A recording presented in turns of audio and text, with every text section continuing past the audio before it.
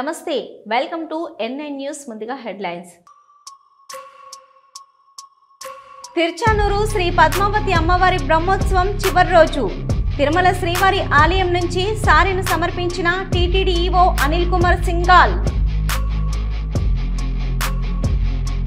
ఒక్క రైతును కూడా ఈ కూటమి ప్రభుత్వం ఆదుకున్న దాఖలాలు లేవు కూటమి ప్రభుత్వంపై మాజీ మంత్రి కురసాల కన్నబాబు విమర్శలు పేదవాడి సొంతింటి కల నెరవేర్చే దిశగా కూటమి ప్రభుత్వం మంత్రి కొలుసు పార్థసారథి వెల్లడి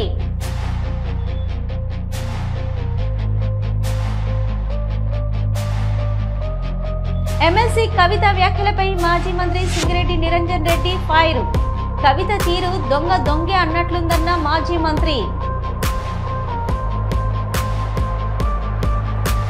మానేరు వాగుపై చెక్ డ్యాంను పరిశీలించిన మాజీ మంత్రి హరీష్ రావు ఇసుక మాఫియా కోసం రైతులకు అన్యాయం చేయొద్దని కాంగ్రెస్ కు హితవు మహిళా సంఘాలకు 304 కోట్ల రూపాయలు వడ్డీ లేని రుణాలు కాంగ్రెస్ తోనే మహిళాభివృద్ధి సాధ్యమన్న మంత్రి పొన్నం ఎమ్మెల్సీ కవిత వ్యాఖ్యలపై మాజీ మంత్రి సింగిరెడ్డి నిరంజన్ రెడ్డి స్పందించారు. కేసీఆర్ కూతురు కాబట్టే నీకు ఇంకా గౌరవం ఇస్తూ మాట్లాడుతున్నాం. ఆ గౌరవాన్ని నువ్వు కాపాడుకోవడం లేదు. మేము కేసీఆర్కి మంచి పేరు తెస్తుంటే నువ్వు ఆయనను మానసికంగా వేధిస్తున్నావు. ఎవరిని సంతోషపెట్టడానికి కవిత నాపై ఆరోపణలు చేస్తుంది. నీ అహంకారము నీ చర్యలు కేసీఆర్ ఓటమికి ప్రధాన కారణమయ్యాయని అన్నారు. ఒక ఎకరాకు నీళ్ళు లేకుండానే నీళ్ళ నిరంజన్ రెడ్డి అని పిలిపించుకోండి. ఏం పిలిపించుకోలేదమ్మా.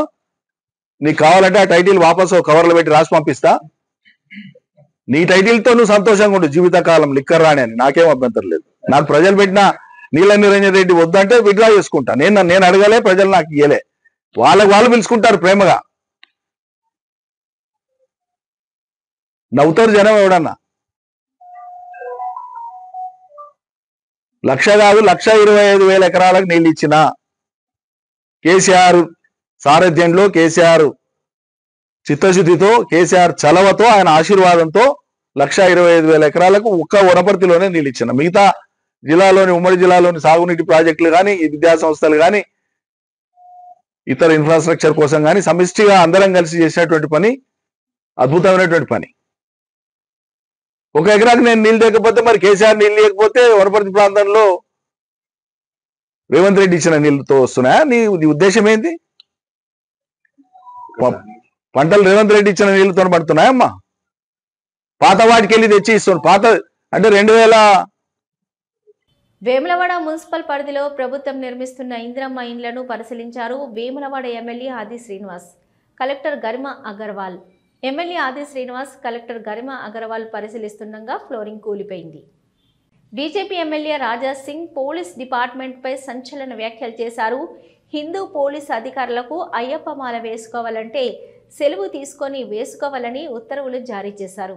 మరి ఇతర మతస్థులు వారి మతానుసారం దీక్ష చేసేవారిపై ఎందుకు ఆంక్షలు విధించారని పోలీస్ డిపార్ట్మెంట్ వారిని ప్రశ్నించారు రాజా సింగ్. పోలీస్ అధికారులు మళ్ళొక్కసారి ఒక ఆదేశము వాళ్ళు జారీ చేసినారు. ఆ ఆదేశంలో ఏముందంటే ఎవరైనా హిందూ ఎస్ఐ కానీ, ఇన్స్పెక్టర్ కానీ, ఏసీపీ కానీ, కానిస్టేబుల్ కానీ, ఏదైనా పదవిలో ఉన్న ఆ పోలీస్ అధికారులు కానీ, కానిస్టేబుల్ కానీ ఒకవేళ మతపరమైన దీక్షలు వేసుకుంటే ఆయన సొల్లు పెట్టుకొని ఆ దీక్షని కంప్లీట్ చేసుకోవాలి. ఒకవేళ జాబ్లో ఉండి ఆయన అయ్యప్ప మాల వేసుకొని ఒకవేళ డ్యూటీకి వస్తే మేమైతే మెమోలు ఇస్తాము, కావాలంటే సస్పెండ్ కూడా చేస్తామని ఆ విధంగా ఒక ఆదేశం అయితే జారీ అయినది. ఇది ఇప్పుడు కాదు, కంటిన్యూగా ఎవ్రీ సంవత్సరం అంటే అయ్యప్ప దీక్షా సమయంలో అంటే డిసెంబర్, నవంబర్, జనవరిలోనే ఇట్లాంటి ఆదేశాలు జారీ అవుతుంది.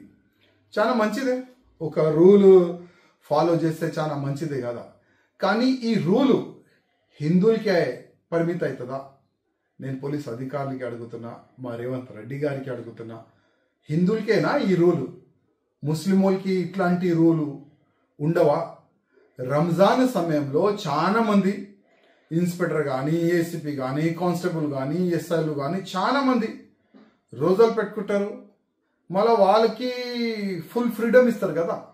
ఆయన ఏ టైం అయినా డ్యూటీ రావచ్చు, ఏ టైం అయినా మస్జిద్కి పోవచ్చు, నమాజ్ చదవనికి పోవచ్చు, ఇంటికి వెళ్ళిపోవచ్చు, రోజా ఇడవనికి వెళ్ళిపోవచ్చు, ఆయన ఎప్పుడైనా ఏదైనా చేయొచ్చు. ఆయన వాళ్ళకి ఇట్లాంటి రూల్స్ రెగ్యులేషన్ ఎందుకు పెట్టారు? ఇట్లాంటి ఆదేశం రంజాన్ సమయంలో ఎందుకు బయటికి రాదు నేను అడుగుతున్నా. అంటే హిందూ ఫెస్టివల్ ఉంటే, హిందూ పండుగలు వస్తే, అయ్యప్ప స్వామి దీక్షా సమయం వస్తేనే ఇట్లాంటి రూల్స్ యాద్ వస్తుందా నేను అడుగుతున్నా. మా రేవంత్ రెడ్డి గారికి నా ఒక్కటే ఒక నివేదిక, రూల్ ముస్లిమ్స్ కానీ, హిందువులు కానీ, సిక్కు కానీ, ఇసాయిలు కానీ ఒకటి సమానం ఉండాలి. అంటే హిందూ ముస్లిమ్స్ రెండు కళ్ళులుగా ముఖ్యమంత్రి గారు మీకు ఉండాలి. రూల్ హిందువులకి ఏ విధంగా మీరు పెడుతున్నారు, వచ్చే సమయంలో రంజాన్ సమయంలో కూడా ముస్లిమ్స్ కూడా అట్లనే ఒక రూల్ పెడితే చాలా బాగుంటుంది. లేకపోతే హిందువులో ఏం మెసేజ్ పోస్తుంది? కాంగ్రెస్ అంటే ముస్లిమ్స్ పార్టీ, ఆల్రెడీ మీరే అన్నారు. కాంగ్రెస్ అంటే ముస్లిమ్స్ పార్టీ, హిందూ పార్టీ కాదు. దానికి మీరు ప్రూవ్ చేస్తున్నారని నేను అనుకుంటున్నా.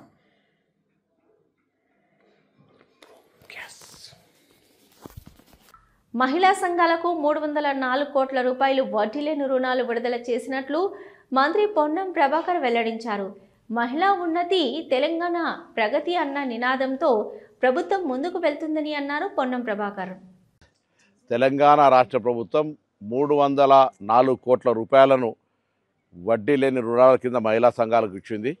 అందులో హుస్నాబాద్ నియోజకవర్గానికి సంబంధించిన 7 మండలాల్లో 5,66,00,000 రూపాయల 16,000 రూపాయలని ఈరోజు మహిళా సంఘాలకు చెక్కు ద్వారా అందజేయడం జరిగింది. మండల వారీగా వారందరికీ శుభాకాంక్షలు.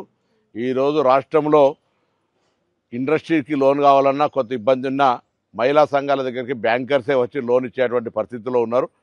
కాబట్టి పారిశ్రామికంగా మారుతున్న కాలానికి అనుగుణంగా అన్ని రంగాల్లో మహిళలు రాణించాలనే ఈ ప్రభుత్వ ఆలోచన ప్రకారంగా ఇంకా ప్రభుత్వం ఎన్ని కోట్లైనా లోన్ ఇవ్వడానికి సిద్ధంగా ఉంది. ఆ లోన్ యొక్క వడ్డీని ప్రభుత్వమే కడతా ఉంది. కాబట్టి మహిళా సంఘాల సభ్యులందరూ కూడా 18 సంవత్సరాల నుంచి ప్రతి మహిళను సభ్యులుగా చేర్చుకుంటూ సంఖ్యను పెంచుతూ వాళ్ళకు అవసరమైనటువంటి ఆర్థికంగా ఎదగడానికి సంబంధించినటువంటి విషయం లోపల మీరు చొరవ తీసుకొని ముందుకు పోవాలని సందర్భంగా కోరుతూ ప్రభుత్వం మీకు అన్ని రకాలుగా అండగా ఉంటుంది. ఈ ప్రభుత్వం ప్రజాపాలన ప్రభుత్వం, మీ ఆశీర్వచనంతో ఏర్పడ్డ ప్రభుత్వం. ఆడబిడ్డలందరినీ ఆర్థికంగా ఎదగాలి అనేటువంటి ఆలోచనతో చూస్తున్న ఈ ప్రభుత్వం సందర్భంగా మీ అందరికీ మరొకసారి నా హార్దిక శుభాకాంక్షలు.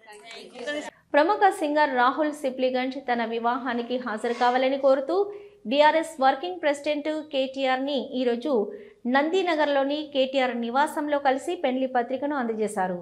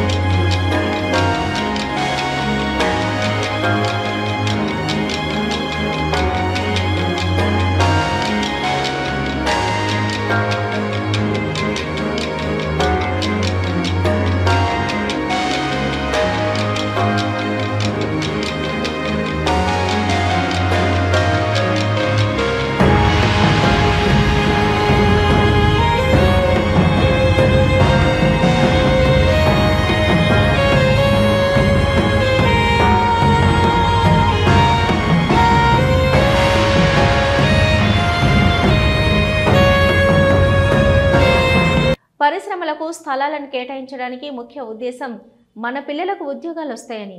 కానీ కొందరు తక్కువ ధరలకు ప్రభుత్వం నుంచి స్థలాలను తీసుకొని పరిశ్రమలను నెలకొల్పకుండా రియల్ ఎస్టేట్ వ్యాపారం చేస్తున్నారని విమర్శించారు బీఆర్ఎస్ వర్కింగ్ ప్రెసిడెంట్ కేటీఆర్.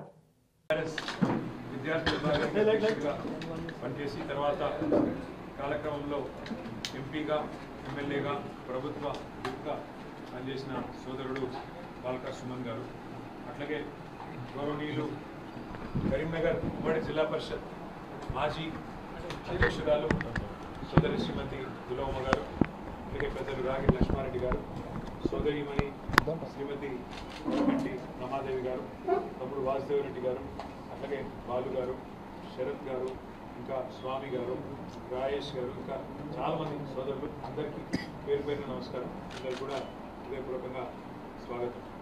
అయితే మరి నిజానికి ఇదేదో మీడియా కార్యక్రమంలాగా అనుకోలేదు, కేవలం మనం కొంతమంది కలిసి మాట్లాడుకుందాం అనుకున్నాం కాబట్టి చిన్నగానే చేస్తున్నాం.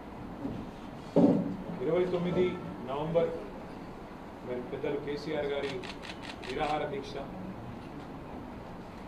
తెలంగాణ వచ్చుడో కేసీఆర్ సచ్చుడో అనే నినాదంతో మొత్తం తెలంగాణ జాతిని జాగృతం చేసిన ఒక అద్భుతమైన చారిత్రక పరిణామం అనే విషయం మీ అందరికీ తెలిసింది.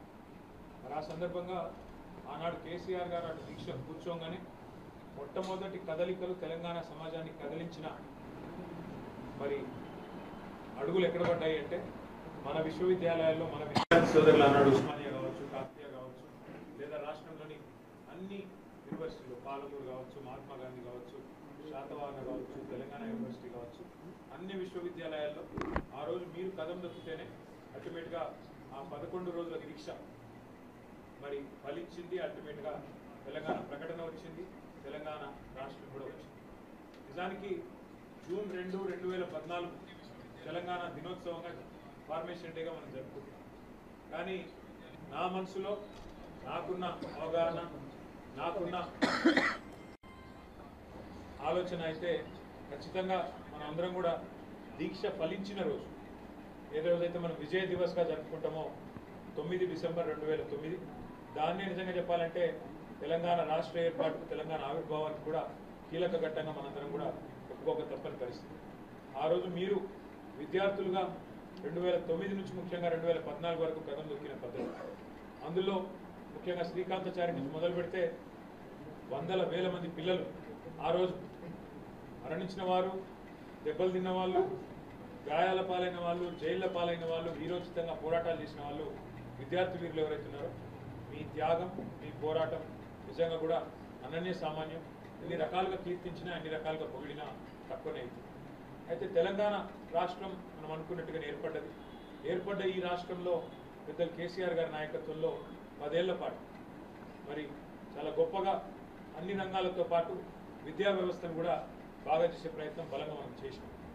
అది గురుకుల పాఠశాలలు పెట్టడం అయితేనేమి, ప్రతి జిల్లాలో మరి ఆ గురుకుల పాఠశాలల్ని మళ్ళీ జూనియర్ కాలేజీగా అప్గ్రేడ్ చేయడం అయితేనేమి, బహుశా భారతదేశంలో ఏ రాష్ట్రంలో లేని విధంగా రెసిడెన్షియల్ డిగ్రీ కళాశాలలు ఏర్పాటు చేయడంలో అయితేనేమి, వాటితో పాటు జిల్లాకు ఒక మెడికల్ కాలేజీ, జిల్లాకు ఒక నర్సింగ్ కాలేజీ పెట్టడం అయితేనేమి, ఇట్లా ఎన్నో రకాలుగా విద్యారంగ విస్తృతికి, విద్యారంగ బాగుకు కేసీఆర్ గారు ప్రయత్నం చేసినారు.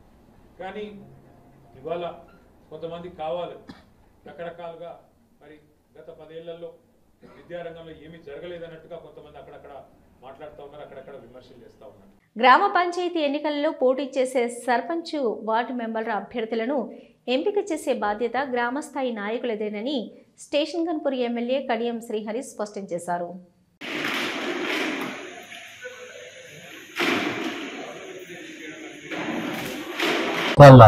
ఏదైనా బోరింగ్ వస్తాలా అనేది కూడా తెలిసిపోతుంది. ఇవన్నీ కూడా చాలా క్షుణ్ణంగా పరిశీలించడం జరుగుతుంది. కాబట్టి మనందరము కూడా మన నియోజకవర్గాన్ని అభివృద్ధి దిశలో ముందుకు తీసుకుపోవాలంటే స్థానిక సంస్థల ఎన్నికలలో కూడా బ్రహ్మాండమైన మెజార్టీతో మనం గెలవాలి. గెలిస్తే కొత్త ఉత్సాహము, కొత్త ఊపు వస్తుంది. ఆ ఊపుతోని, ఆ ఉత్సాహంతోని మరింత పనిచేసుకోవడానికి అవకాశం ఉంటుంది. కాబట్టి మండల కమిటీ రేపటి నుంచే మీ యొక్క ప్రయోగం, మీ యొక్క ఎక్సర్సైజ్ ప్రారంభించాలి. మీ మండలంలో ఉన్న గ్రామాలు, మండల కమిటీలు, మండల సమన్వయ కమిటీ సభ్యులు, మీ మండలంలో ఉన్న గ్రామాలు, ఆ గ్రామాలలో వచ్చిన రిజర్వేషన్స్, దాని ప్రకారము ఎవరైతే బాగుంటుందో మీరు కూడా ఎక్సర్సైజ్ చేయాలి. గ్రామ కమిటీలతో కూడా మాట్లాడాలి, వాళ్ళని మీటింగ్ పెట్టుకొని ఒక నిర్ణయం చేయమని చెప్పాలి. రేపు 26, రేపు 25, ఎల్లుండి 26 వరకు మండల కమిటీలు, సమన్వయ కమిటీ సభ్యులు మీరు ఆ ప్రతిపాదనని కూడా నాకు అందజేయాలని చెప్పి నేను కోరుతున్నాను. ఒకవేళ ఎక్కడైనా 2 లేదా 3 మీరు షార్ట్ లిస్ట్ చేయాలి. కన్సల్టెంట్లో 21 మంది వచ్చిందని 21 మంది లిస్టు నాకు ఇస్తే నేను చేసేది ఏముండదు. అతలైనా 2 లేదా 3తో కూడిన ఏకగ్రీవం అయితే మంచిది, లేదా 2, 3 పోటీ పడితే 2 లేదా 3తో కూడిన ఆ పేర్లు నాకు పంపించండి. నేను దాన్ని ఫర్దర్గా ఒక్కసారి ఆలోచన చేసి సమాచారాన్ని తీసుకొని ఫైనలైజ్ చేసి మీకు పంపిస్తాను. దయచేసి మండల కమిటీలు, మండల సమన్వయ కమిటీ సభ్యులు గ్రామ కమిటీల సమావేశాలను ఏర్పాటు చేసి వాళ్ళ దగ్గర నుంచి ప్రతిపాదనలు తీసుకొని మీరు కూడా వాటి మీద ఎక్సర్సైజ్ చేసి వాళ్ళు ఒక 4-5 పేర్లు కనుక ఇస్తే మీరు మీకున్న అవగాహన మేరకు, రాజకీయ అవగాహన మేరకు వాటిని ఇంకా షార్ట్ లిస్ట్ చేసి ఎంత తక్కువ షార్ట్ లిస్ట్ చేసి నాకు పంపిస్తే అంత మంచిది అనే విషయాన్ని కూడా ఈ సందర్భంగా తెలియజేసుకుంటూ మీ అందరికీ కూడా మరొక్కసారి పేరున హృదయపూర్వకమైన అభినందనలు తెలియజేస్తున్నా. రేపు ఇది మన ఎన్నికలు, మీ ఎన్నికలు, మీరు ప్రజాప్రతినిధులు కాబోతున్నారు.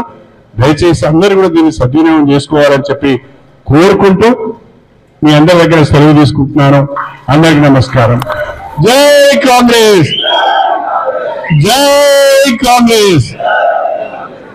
దయచేసి అందరూ కూర్చోవాలి.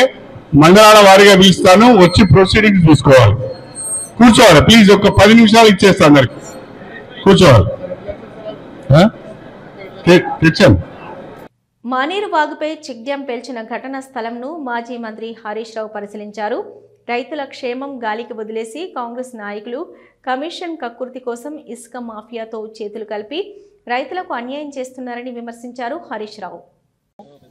ఈరోజు ఇసుక మాఫియా ఆధ్వర్యంలో 24 కోట్ల రూపాయల చెక్ డ్యాంను పేల్చివేయడం జరిగింది.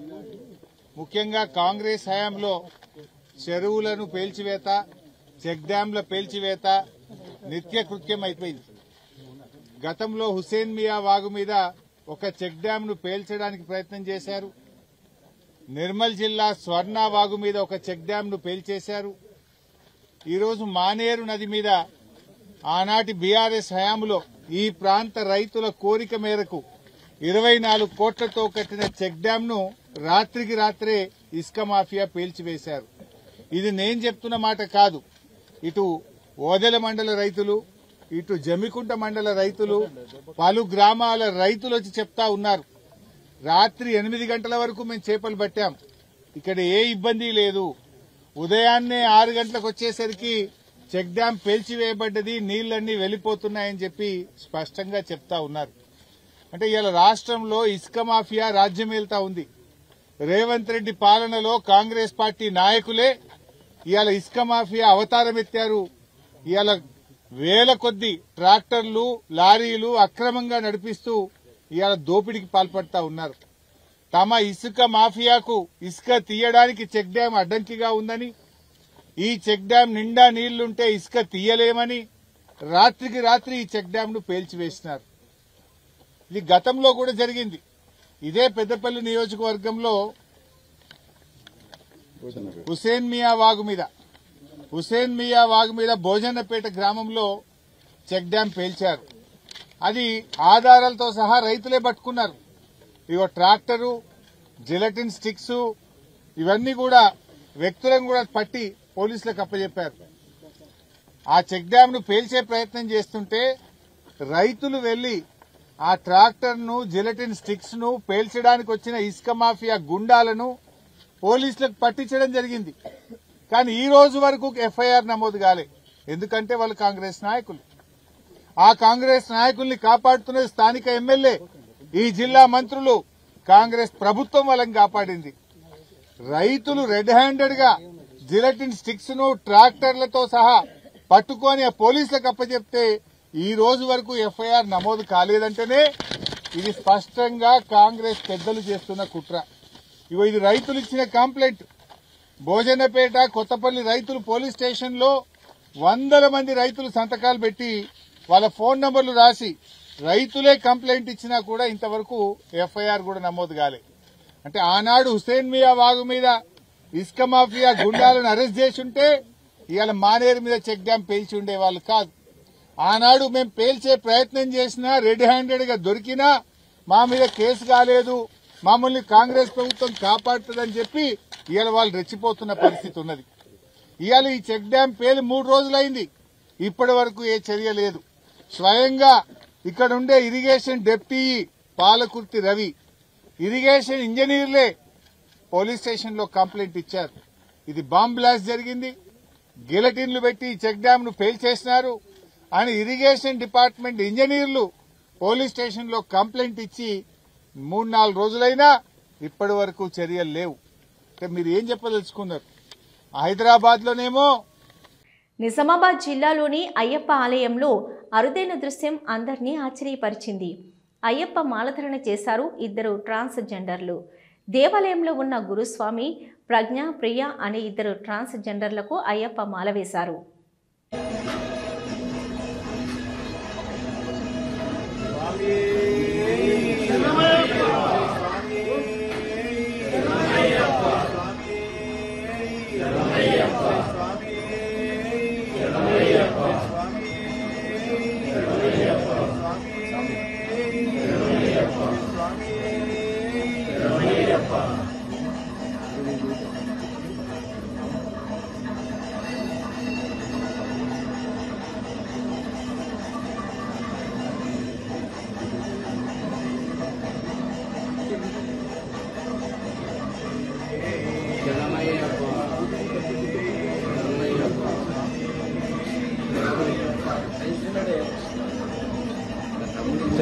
తిరుచానూరు శ్రీ పద్మావతి అమ్మవారి బ్రహ్మోత్సవాల్లో చివరి రోజైన మంగళవారం నాడు పంచమి తీర్థం ఉత్సవాన్ని పురస్కరించుకొని తిరుమల శ్రీవారి ఆలయం నుంచి సారెను ఊరేగింపుగా శ్రీ పద్మావతి అమ్మవారి ఆలయానికి తీసుకెళ్లారు. సారెను టీటీడీ ఈవో అనిల్ కుమార్ సింగల్ ఆలయ 4 మాడవీధుల్లో ఊరేగించారు.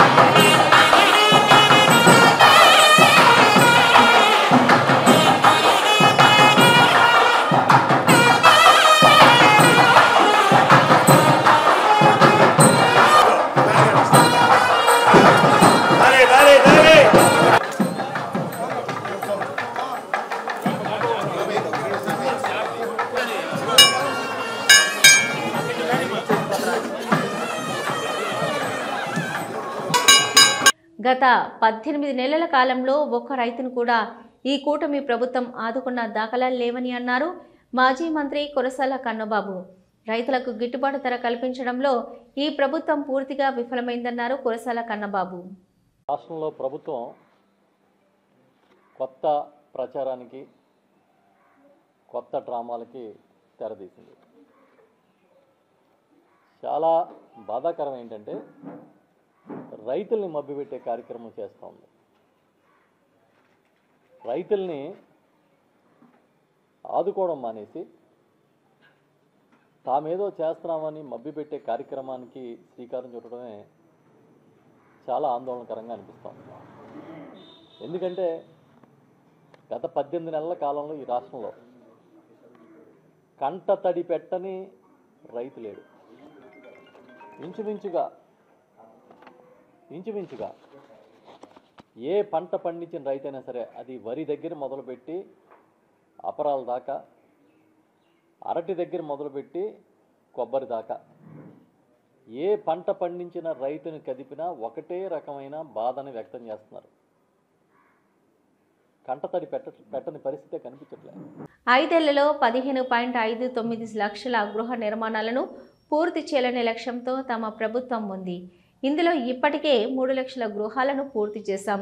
మిగిలిన 12.59 లక్షల గృహాలను వచ్చే 4 ఏళ్లలో పూర్తి చేస్తామని స్పష్టం చేశారు మంత్రి కొలుసు పార్థసారథి. ఈరోజు ముఖ్యమంత్రి గారు 3 లక్షల ఇల్లు పూర్తి చేశాం.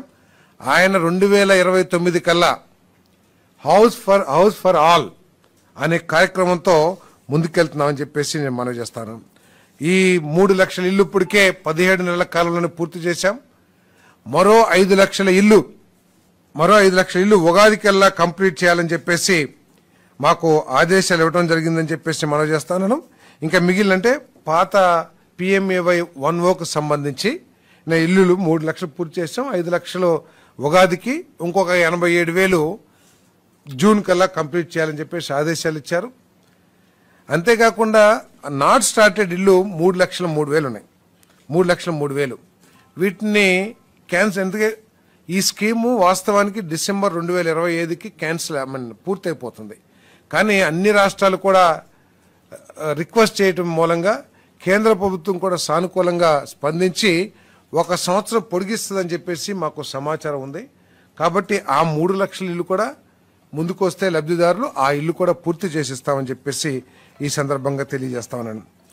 ఇవి ఇప్పటివరకున్న అప్డేట్స్. చూస్తూనే ఉండండి న్యూస్.